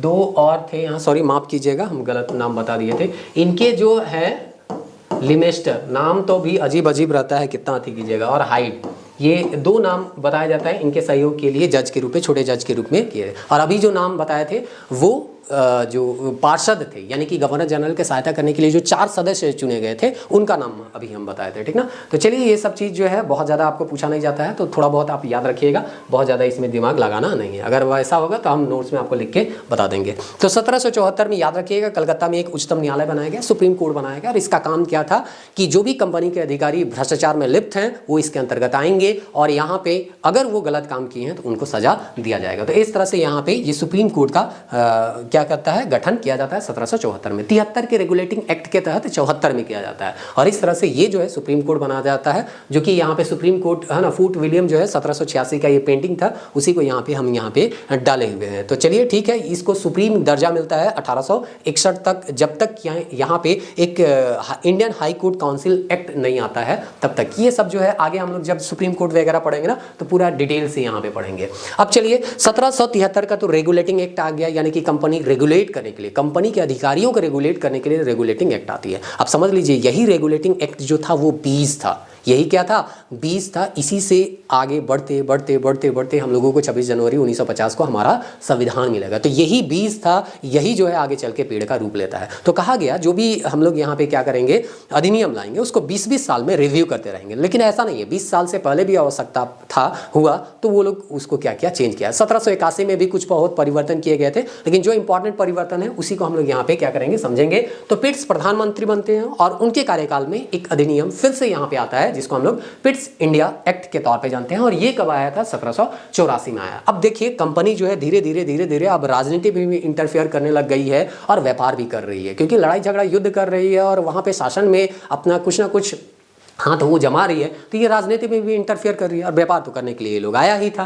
तो अब यहाँ पे देख लीजिए कि वो सस्टेन हो जाता है, धीरे धीरे कंपनी पैसा ले ली ना, अब बैंक ऑफ इंग्लैंड से पैसा मिल गया तो उसका जो और इन लोगों का वेतन उतन बढ़ा दिया गया, भ्रष्टाचार रोकने के लिए प्रयास किया गया, रेगुलेट करने के लिए रेगुलेटिंग एक्ट लाया गया, तो कंपनी का स्थिति धीरे धीरे क्या होने लगा, बेहतर होने लगा। अब कंपनी की स्थिति बेहतर होने लगा तो कंपनी का काम भी तो बढ़ने लग गया, तो इसीलिए यहाँ पे आगे चल के क्या कर दिया गया, बोला कि भैया तुम लोगों का काम बहुत ज़्यादा हो गया है तो तुम लोगों का काम को हम बांट देते हैं। तो बांट देते हैं तो क्या हो जाएगा, कंपनी के कार्यों को पृथक कर दिया गया और इस तरह से एक बनाया गया बोर्ड ऑफ कंट्रोल। अच्छा एक चीज याद रखिएगा, 1773 में आया था जब यहाँ पे रेगुलेटिंग एक्ट, तो वहाँ पे क्या किया गया, आपका जो डायरकी था वो समाप्त कर दिया गया, यानी द्वैध शासन जो है वो समाप्त कर दिया गया। तो इस तरह से यहाँ पे एक चीज और छूट गया हमको लगता है, यहाँ पे गवर्नर जनरल, हाँ ये फर्स्ट गवर्नर जनरल कौन थे, वारेन हेस्टिंग थे, याद रखिएगा, यहाँ से ही बताना था, हम भूल गए थे। बंगाल के प्रथम गवर्नर जनरल कौन थे, वारेन हेस्टिंग थे, तो ये याद रखिएगा, थोड़ा बहुत अगर छूट जाता है तो उसको इसीलिए हम बोले थे कि नोट्स पढ़िएगा तो कोई भी चीज़ आपका नहीं छूटेगा। तो इस तरह से कंपनी का लोड बढ़ गया तो राजनीतिक कार्य के लिए बनाया गया बोर्ड ऑफ कंट्रोल, और यहाँ पे कंपनी के जो वाणिज्यिक कार्य यानी कि व्यापार से संबंधित कार्य है उसके देखरेख के लिए बनाया कोर्ट ऑफ डायरेक्टर्स। तो कुल मिला के बस इतना समझिए, काम बढ़ गया तो वाणिज्य के लिए, व्यापार के लिए एक अलग संस्था बना दिया गया देखरेख के लिए, और जो राजनीतिक है, लड़ाई झगड़ा ये सब के लिए, तो उसके लिए एक अलग बनाया गया जिसको हम लोग बोर्ड ऑफ कंट्रोल के नाम से जानते हैं। अब चलिए आगे देखते हैं कि आगे क्या हो रहा है। तो भारत में प्रशासन एक गवर्नर जनरल प्लस 3 यानी 4 के स्थान पर सदस्यों वाली करने लग गए। कहने का मतलब है यहाँ पे पहले शुरुआती में देखिएगा ना तो 4 सदस्य होते थे, गवर्नर जनरल एक होता था, वारेन हेस्टिंग, और उसके बाद वहाँ पे कितने सदस्य होते थे, 4 सदस्य। अब टोटल देख लीजिए 1 + 4। अब कोई भी निर्णय लेना होता था ना तो ये लोग मत देता था, अब मत देता था तो 3 और 1 का यहाँ पे मत होना चाहिए, तो वो चीज़ स्वीकार कर लिया जाता था। लेकिन गलती से यहाँ पे 2 और 2 का मत हो गया ना तो कास्टिंग वोट किसका जाता था, गवर्नर जनरल का। मतलब बराबर मत होने पे ही ये लोग अपना क्या करते थे, वो मत देते थे। तो इसमें विवाद होते रहता था, झगड़ा झंझट होते रहता था, तो इसीलिए एक सदस्य का संख्या यहाँ पे क्या कर दिया गया, घटा दिया गया और अब 3 रख दिया गया। तो गवर्नर जनरल को मिला के यहाँ पे अब कितने हो गए, 4 हो गए। तो इस तरह से यहाँ पे जो है थोड़ा सा विवाद को कम करने के लिए इसका संख्या को क्या किया गया था, घटाया गया था। अब ये जो है कास्टिंग वोट में अपना वोट देके क्या कर सकता है, अपना निर्णय करवा सकता था। तो इस तरह से भारत के प्रशासन में यहाँ पे इन लोगों का जो गवर्नर जनरल के परिषद है उनका संख्या को क्या किया गया, उनके सहायता के लिए जो पार्षद थे उनकी संख्या को घटाया गया। अब यहाँ पे ब्रिटिश इंडिया के बारे में दिया गया है कि ब्रिटिश इंडिया को अब हम लोग बोलने लगे ब्रिटिश आधिपत्य के क्षेत्र के तौर पे क्या करने लगे, जाने लगे। तो अब जो है ब्रिटिश आधिपत्य के क्षेत्र के तौर पे इसको जाना जाने लगे। अब आता है 1793 का चार्टर अधिनियम, और इसमें कहा जाता है कंपनी के व्यापारिक अधिकार को 20 साल के लिए पुनः क्या कर दिया जाता है, बढ़ा दिया जाता है। मतलब बोला कि भैया 20 साल के लिए और तुमको हम मोनोपोली क्या कर देते हैं, दे देते हैं, व्यापार करेगा तो केवल ईस्ट इंडिया कंपनी। और इस तरह से आता है 1813 का चार्टर अधिनियम। ये जो है काफ़ी निर्णायक, एक तरह से कह सकते हैं महत्वपूर्ण अधिनियम था। क्यों अधिनियम था महत्वपूर्ण, वो चीज़ जानिए। 2-3 चीज़ यहाँ पे हुआ था। सबसे पहला जो एकाधिकार था, मोनोपोली था कंपनी का, जो कि शुरुआत से मिला हुआ था, वो मोनोपोली को यहाँ पे आके ख़त्म कर देता है, लेकिन चीन से व्यापार और चाय को छोड़ के। तो मोनोपोली याद रखिएगा कब ईस्ट इंडिया कंपनी का समाप्त किया गया, तो 1813 में किया गया। इनका मोनोपोली छीन लिया गया, लेकिन अभी भी मोनोपोली था कहाँ, चीन से व्यापार करने का। और चाय का व्यापार कौन करेगा, ईस्ट इंडिया कंपनी। बोला कि चाइना से तो व्यापार हम भी करेंगे और चाय का व्यापार हम भी करेंगे। तो इस तरह से चाय और चीनी हम लोग बोलते हैं कि इससे है ना मोनोपोली किसका रहा, तो British government east India company का ही अभी यहाँ पे रहा। हाँ, महत्वपूर्ण क्या था, तो एक तो था इन लोगों का मोनोपोली समाप्त कर देना, दूसरा इसी अधिनियम के तहत 1 लाख रुपया पहली बार यहाँ के साहित्य को बढ़ावा देने के लिए ब्रिटिश गवर्नमेंट पैसा देती है। तो यहाँ पे दिया गया है 1 लाख रुपया वार्षिक जो है वो हम लोगों को मिलता है विद्वान भारतीय को प्रोत्साहन के लिए, साहित्य के सुधार और पुनरुत्थान के लिए और विज्ञान की उन्नति के लिए। कुल मिला के शिक्षा के लिए अगर पूछा जाएगा पहली बार ब्रिटिश गवर्नमेंट से हम लोगों को कब पैसा मिला, तो मिलता है कब, तो 1813 के अधिनियम के तहत यहाँ पे क्या होगा, मिलता है। अब 1813 के बाद अगला जो अधिनियम आता है 1833 का चार्टर एक्ट आता है। अब इसमें देखते हैं क्या परिवर्तन। देखिए थोड़ा थोड़ा परिवर्तन को आपको समझना होगा। इस चैप्टर में केवल और केवल बहुत ज़्यादा फैक्ट है। अगर इसको रिवाइज नहीं कीजिएगा, ध्यानपूर्वक नहीं समझिएगा तो बहुत आपको परेशानी हो सकता है। लेकिन फिर भी हम थोड़ा बहुत कहानी में ढालते हुए यहाँ चीज़ों को समझाने का प्रयास कर रहे हैं, इतने फैक्ट को भी। तो आप समझ लीजिए यहाँ पे बोलता है 1833 में क्या हो रहा है कि बंगाल का गवर्नर जो है वो भारत का गवर्नर जनरल बन गया। और भारत का गवर्नर जनरल बनने के बाद यहाँ पे अगर हम देखते हैं तो बोलता है मद्रास और बंबई के गवर्नर की विधायी संबंधी है, इसका कलर चेंज नहीं हो रहा है, हाँ, मद्रास और यहाँ पे दो चीज ध्यान रखिएगा, मद्रास और बंबई के गवर्नरों के विधायिका संबंधी शक्ति यानी लेजिस्लेटिव पावर से वंचित कर दिया गया, यानी कि केंद्रीकरण को बढ़ा दिया गया। कुल मिला के आपको अगर इसको याद रखना 1833 क्यों बहुत ज्यादा फेमस था तो याद रखिए यहाँ पे केंद्रीकरण को बहुत ज्यादा बढ़ा दिया गया था। मद्रास और बंबई अभी आपको हम बताएंगे, मैप में भी बताएंगे, उन लोगों को क्या था, अपने क्षेत्र का कानून बनाने का अधिकार था। लेकिन बोला कि अब तुमको कानून बनाने का अधिकार नहीं है, जो भी कानून बनेगा वो कहां पे बनेगा, तो मद्रास और बंबई का कानून बनेगा तो कहां बनेगा, कलकत्ता में बनेगा, बंगाल में बनेगा। और इस तरह से इसको बोला गया बंगाल का अब नहीं है भाई, हम पूरे भारत का गवर्नर जनरल है। तो आप समझ लीजिए इन लोगों का एरिया भी बढ़ रहा था, कब्जा भी क्या हो रहा था, बढ़ रहा था। तो इसीलिए बोला कि हम केवल बंगाल का कहलाएंगे, बंगाल तो छोटा सा क्षेत्र है, हम पूरे भारत का क्या है, गवर्नर जनरल। और 1833 में ये भारत के गवर्नर जनरल कहलाने लग जाते हैं। और इस तरह से यहाँ पे कहा जाएगा कि सबसे ज्यादा केंद्रीकरण कब होता है, तो 1833 के अधिनियम के तहत ही होता है। क्यों होता है, तो मद्रास और बंबई का जो विधायी अधिकार था यानी कि कानून बनाने का अधिकार था वो भी इन लोगों से छीन लिया गया।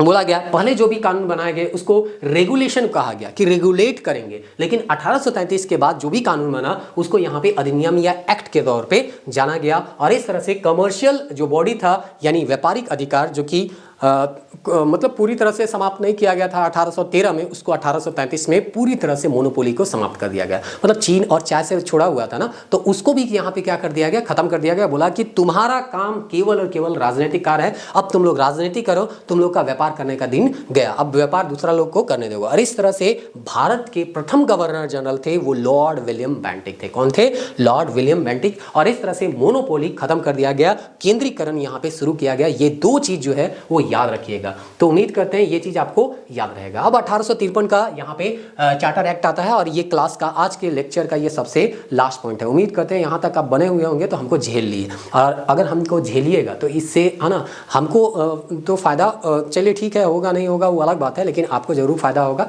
आप टॉपिक को एकदम बेहतर तरीके से समझ सकते हैं। तो चलिए बाकी 10 मिनट में यहाँ पे खत्म करने का प्रयास करते हैं। तो गवर्नर जनरल का एक परिषद बनाया गया और गवर्नर जनरल का एक परिषद को यहाँ पे बोला गया लेजिस्लेटिव यानी कि विधायी काम करने के लिए, और दूसरा को बोला गया यहाँ पे प्रशासन से संबंधित प्रशासनिक काम करने के लिए। जैसे कि अभी होता है ना कि एक सरकार है, एग्जीक्यूटिव है जो कि कानून को लागू करवाता है, और एक होता है हम लोगों का लेजिस्लेटिव यानी कि विधायी जो कि कानून बनाती है। जैसे संसद में अगर कानून बनता है तो बीजेपी का गवर्नमेंट भी वोट, सांसद भी वोट देता है और कांग्रेस का सांसद भी क्या करेगा, वोट देगा। लेकिन जब उसको लागू करवाना है तो सरकार जो है वो बीजेपी का होगा, मंत्री किसके होते हैं, बीजेपी के। तो इस तरह से काम बढ़ गया, गवर्नर जनरल का परिषद को क्या कर दिया गया, बड़ा कर दिया गया, और बोला गया कि एक जो परिषद होगा वो विधायी होगा और दूसरा जो परिषद होगा उसको हम लोग प्रशासनिक के तौर पे जानते हैं। विधायी परिषद में कहा गया 6 सदस्यीय भारतीय केंद्रीय विधान परिषद बनाया गया, जिसको हम लोग छोटे संसद के तौर पे जान सकते हैं। ये जो आगे जाके लोकसभा राज्यसभा बनेगा ना, उसका शुरुआत आप समझ लीजिए, उसका काम क्या है, लोकसभा राज्यसभा का काम क्या है, कानून बनाना।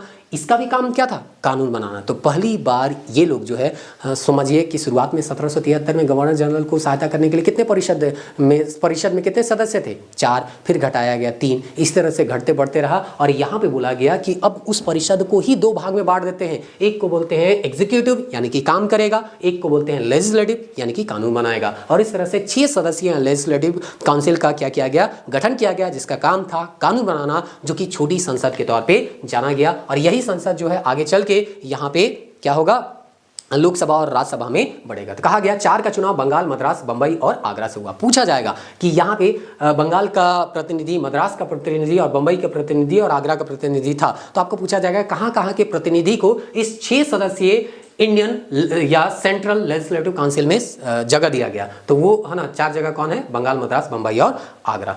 चलिए अब हम लोग यहाँ पे देखते हैं इसका लास्ट पोर्शन, सिविल सेवक की भर्ती और चयन के लिए खुली प्रतियोगिता। शुरुआत हुआ था 1833 में ही, लेकिन 1833 में क्या कर दिया गया, मना कर दिया गया।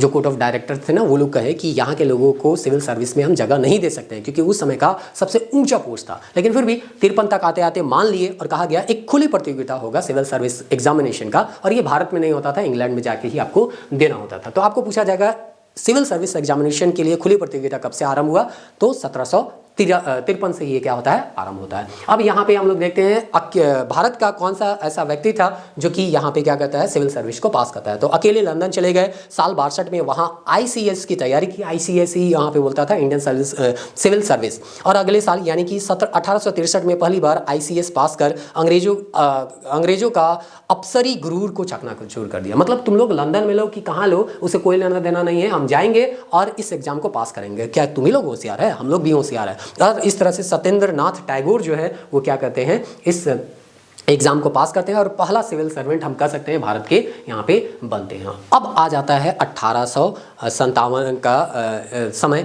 और इस तरह से यहाँ पे ये 1857 का क्या हो जाता है, क्रांति हो जाता है। और क्रांति हो जाता है तो नियम कानून को क्या करना पड़ता है, हम लोगों को बदलना पड़ता है, जो कि हम लोग नेक्स्ट क्लास में इसको हम लोग समझेंगे कि आखिर इनका जो शासन का तरीका था, कंपनी का शासन का तरीका था, उसमें क्या बदलाव आता है और किस तरह से कंपनी का शासन को आप समाप्त कर दिया जाता है। बोला जाता है ब्रिटिश गवर्नमेंट के द्वारा बहुत दिन देख ले तुम लोग लड़ाई झगड़ा में ही अपने आप को उलझा के रखा है, तुम लोग को बेचे थे प्रॉफिट कमाने के लिए, व्यापार करने के लिए, व्यापार करते करते राजनीति में हम लोग अधिकार दे दिए ताकि थोड़ा बहुत हम लोगों को वहाँ से इनकम होते रहे। अब तुम लोग रोज दिन लड़ाई झगड़ा करवाते रहता है, इस तरह का विद्रोह करवाते रहता है, तो हम जो है अब तुम पे भरोसा नहीं करेंगे। यानी समझ लीजिए कि मोदी जी अब मुकेश अंबानी के भरोसा नहीं करेंगे। अब डायरेक्ट चाइना में किनका रोल होगा, तो मोदी जी का रोल होगा। तो यहाँ समझ लीजिए डायरेक्ट अब ईस्ट इंडिया कंपनी की जगह किसका रोल होने वाला है, ब्रिटिश गवर्नमेंट का होने वाला है, जिसको हम लोग नेक्स्ट क्लास में देखेंगे। अब चलिए यहाँ पे रिकैप करते हैं, जो भी चीज़ आपको बताया गया अभी 1 घंटा में, उसको हम लोग यहाँ पे 2 से 4 मिनट में रिकैप करेंगे। सबसे पहले ऐतिहासिक पृष्ठभूमि में आपको हम बताएं कि यहाँ पे थोड़ा सा इसको जूम कर लेते हैं, तो आपको 1 मिनट, हाँ उम्मीद करते हैं दिख रहा है। नहीं दिख रहा होगा तो डाउट वाला सेक्शन में जाके हमको बता दीजिएगा, है ना, या अभी तक ये वीडियो यूट्यूब में भी जाएगा, वहाँ पे भी बता सकते हैं। देखिए 22 अक्टूबर 1764 को बोले सुजाउद्दौला मीर कासिम शाह आलम के बीच तीनों और एक अंग्रेज अधिकारी के बीच क्या होता है, बक्सर का युद्ध होता है। और बक्सर का युद्ध यहाँ पे होगा और उसके बाद इसका एक परिणाम निकलेगा क्या, इलाहाबाद की संधि, जो कि 12 अगस्त 1765 को होता है। बक्सर का युद्ध का जो अंग्रेज अधिकारी का नेतृत्व कर रहे थे, कौन कर रहे थे, हेक्टर मुनरो कर रहे थे। तो यहाँ पे इलाहाबाद का संधि होता है किसके किसके बीच, रॉबर्ट क्लाइव के बीच, जो कि बंगाल, बिहार और उड़ीसा का इसको दीवानी मिल जाता है। दूसरी ओर मुगल बादशाह शाह आलम द्वितीय होते हैं और इसको कितना रुपया मिलता है, 26 लाख रुपया मिलता है। ये जो है पावर पॉइंट में आपको देखने को मिल जाएगा, तो वहाँ पे आप देख सकते हैं। फिर कंपनी के सेवक पहले भ्रष्टाचार में लिप्त, निजी व्यापार की अनुमति के कारण यहाँ पे भ्रष्टाचार में लिप्त हो गए और इसके परिणाम स्वरूप कंपनी का गंभीर वित्तीय संकट यहाँ पे देखने को मिलता है। 1772 में कंपनी ने सरकार से 10 लाख पाउंड की क्या की, ऋण मांग ली और इस तरह से ब्रिटिश संसद 2 अधिनियम पारित करेगा, जिसमें एक अधिनियम 14 लाख पाउंड तो उसको दिया और एक अधिनियम कंपनी के प्रशासन के लिए रेगुलेशन एक्ट यहाँ पे पारित करता है। इस तरह से यहाँ पे आता है रेगुलेशन एक्ट। तो यहाँ पे रेगुलेशन एक्ट यहाँ पे आने के बाद यहाँ पे है, अरे यार ये क्या हो गया, हो ये काम करना बंद कर दिया। हाँ चलिए, ये नियामक अधिनियम आता है। नियामक अधिनियम यहाँ पे आएगा और नियामक अधिनियम आने के बाद अब देखते हैं नियामक अधिनियम में क्या है, रेगुलेशन एक्ट 1773। पहले तो यही याद रखना है कब आया था, क्या चीज़ को मान्यता मिलती है, कंपनी के प्रशासनिक और राजनीतिक कार्य को। फिर है भारत में सेंट्रल एडमिनिस्ट्रेशन का नींव रखा गया। मद्रास और मुंबई के गवर्नर को अब कोलकाता के अधीन था रहना था और इस तरह से बंगाल के गवर्नर को अब हम लोग बंगाल का गवर्नर जनरल कहने लगे। बंगाल का गवर्नर जनरल प्रथम कौन थे, लॉर्ड वारेन हेस्टिंग। इसका सहायता के लिए 4 सदस्य कार्यकारी परिषद थे, यानी कि यहाँ पे कुछ सदस्य दिया गया। फर्स्ट सुप्रीम कोर्ट एलिजा एम्पे का फोटो डाल दिए हैं, स्थापना 1774 को हुआ। फर्स्ट जो चीफ जस्टिस थे वो सर एलिजा एम्पे थे। 3 अन्य न्यायाधीश थे और इसका स्थापना कहाँ हुआ, कलकत्ता में हुआ। यहाँ पे न्याय वाला चिन्ह थोड़ा सा क्या कर दिए, डाल दिए। उसके बाद है कंपनी के कर्मचारियों को निजी व्यापार, उपहार, रिश्वत से क्या कर दिया गया, प्रतिबंध कर दिया गया, परंतु वेतन सबसे ज्यादा बढ़ा दिया गया। आपको बताया गया था कि दुनिया में सबसे ज्यादा वेतन उस समय यही लोग का था। कंपनी के नियंत्रण के लिए कोर्ट ऑफ डायरेक्टर्स बनाए गए, संख्या इसकी 24 थी। अवधि कितना कितना वर्ष था? ये सदस्य कितने साल के लिए चुने जाते थे? 4 साल के लिए ये चुने जाते थे। तो इस तरह से यहाँ पे 4 साल के लिए चुने गए। और उसके बाद इसका कार्य था भारत में जो है 1 मिनट देखिए, थोड़ा जल्दी बता रहे हैं क्योंकि ये चीज़ आप पढ़ चुके हैं। भारत के राजस्व, नागरिक और सैन्य मामलों की जानकारी ब्रिटिश सरकार को देना था इनका काम। अब पिट्स इंडिया एक्ट आता है। पिट्स इंडिया एक्ट जो है उसमें कंपनी के कार्यों को पृथक कर दिया गया, राजनीतिक को बोर्ड ऑफ कंट्रोल दे दिया और वाणिज्यिक को यहाँ पे कोर्ट ऑफ डायरेक्ट। द्वैत शासन जो है पुनः यहाँ पे क्या हो जाता है? शुरू हो जाता है। तो शुरुआत किया था 1762 में द्वैत शासन, फिर 72-73 में क्या कर दिया गया था? रेगुलेटिंग एक्ट आया था 73 में, वहाँ समाप्त कर दिया गया और फिर से पिट्स इंडिया एक्ट में क्या कर दिया गया? शुरू कर दिया गया। तो द्वैत शासन कब शुरू हुआ, समाप्त हुआ, कब शुरू हुआ, ये याद रखिएगा। 4 एग्जीक्यूटिव काउंसिल के जगह में 3 सदस्य कर दिया गया। कंपनी के अधीन के क्षेत्र को पहली बार ब्रिटिश अधिपति का क्षेत्र कहने लग गया। 1793 में कुछ नहीं होता है, बस 20 वर्ष के लिए क्या कर दिया जाता है? बढ़ा दिया जाता है। और इसका मोनोपोली जो है वो अभी भी क्या रहता है? बरकरार रहता है 1793 में। अब यहाँ पे हम लोग देखते हैं 1813 वाला ना, 1813 में कंपनी का भारतीय व्यापार का जो एकाधिकार था समाप्त कर दिया गया, लेकिन चीन और चाय के साथ जो मोनोपोली है वो क्या किया? बरकरार रखा गया। तो मोनोपोली मुख्य रूप से तो हटा दिया गया, लेकिन चीन और चाय का छोड़ दिया गया था। 1 लाख वार्षिक दिया गया विद्वान भारतीयों के प्रोत्साहन के लिए, साहित्यिक सुधार के लिए और विज्ञान की उन्नति के लिए। फिर 1835 में बंगाल का गवर्नर जनरल जो है भारत का गवर्नर जनरल बन गया। प्रथम लॉर्ड विलियम बेंटिक थे। सभी नागरिकों के सैन्य शक्तियां निहित थी इसमें। मद्रास और बंबई का जो गवर्नर था अब उसका लेजिस्लेटिव पावर से वंचित कर दिया गया, केंद्रीकरण किया गया और इसके अंतर्गत कहा गया कि जो पहले के नियम थे उसको रेगुलेशन कहेंगे, अब नए कानून बने हैं उसको एक्ट कहेंगे। व्यापारिक अधिकार जो है वो समाप्त कर दिए गए, राजनीतिक अधिकार दिए गए और सिविल सर्वेंट के लिए यहाँ पे क्या किया जाएगा? खुली प्रतियोगिता रखा जाएगा, लेकिन यहाँ पे कोर्ट ऑफ डायरेक्टर्स का विरोध हुआ और ऐसा नहीं हुआ। फिर यहाँ पे आता है चार्टर एक्ट 1853, गवर्नर जनरल के परिषद को है ना लेजिस्लेटिव और काउंसिल में बदल दिया गया, कार्यों को अलग कर दिया गया और इस तरह से लेजिस्लेटिव का क्या किया गया? यहाँ पे गठन किया गया और यहाँ पे भारतीय केंद्रीय विधान परिषद कहा गया। स्थानीय प्रतिनिधित्व को जगह दिया गया। कौन कौन से जगह से? तो बंगाल, मद्रास, बंबई और आगरा। और इस तरह से इसको हम लोग क्या बोले? छोटी संसद के तौर पे जाने। तो ये रिकॉर्डिंग जो होता है वो 1 ही घंटा का होता है, हमको लगता है 1 ही घंटा का होता है। तो ये वीडियो हो सकता है आपका कट जाएगा। तो यहाँ पे देखिए क्वेश्चन है और क्वेश्चन का आपका क्या है? आंसर है। तो यहाँ निम्नलिखित में किस अधिनियम के तहत कलकत्ता के सर्वोच्च न्यायालय की स्थापना का प्रावधान किया गया? तो सर्वोच्च न्यायालय का अधिनियम किस के तहत